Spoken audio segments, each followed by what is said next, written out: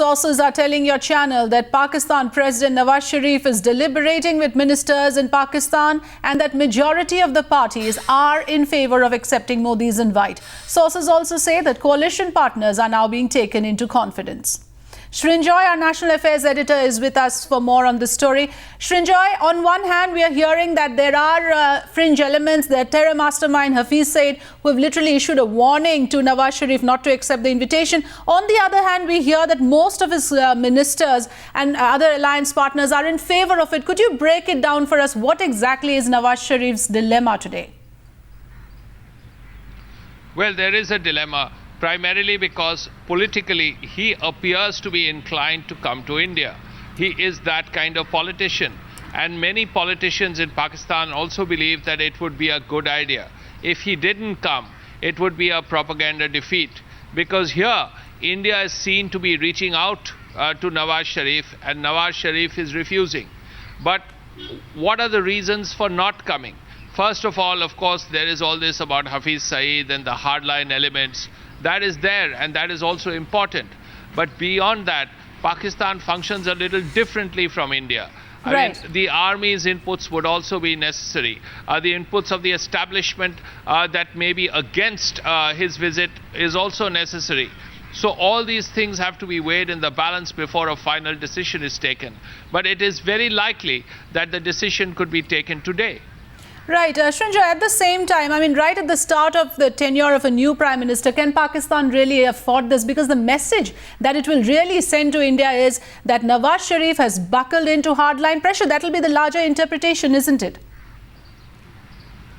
Yes, it is a propaganda defeat if he doesn't come, in the sense that what is this going to look like?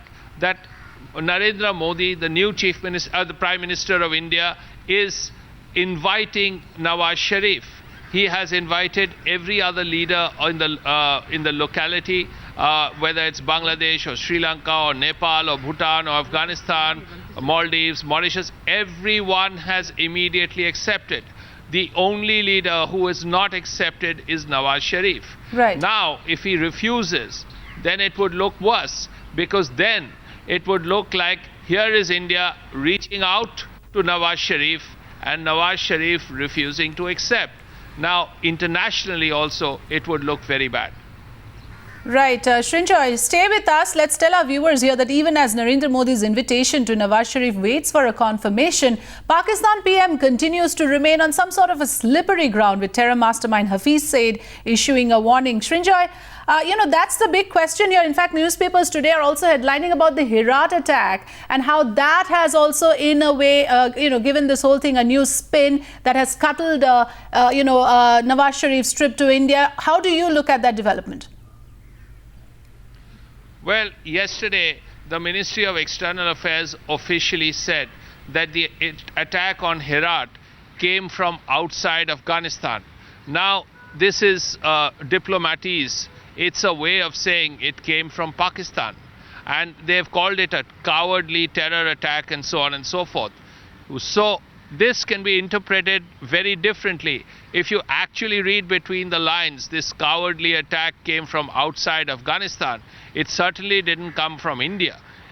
The assumption is that it came from Pakistan, if you read between the lines. So that again will play a role. There may be people who will tell Nawaz Sharif that, look, this is what India is saying. Do you want to go to India? So that is another issue. Besides, Herat apart, what is he going to do in India?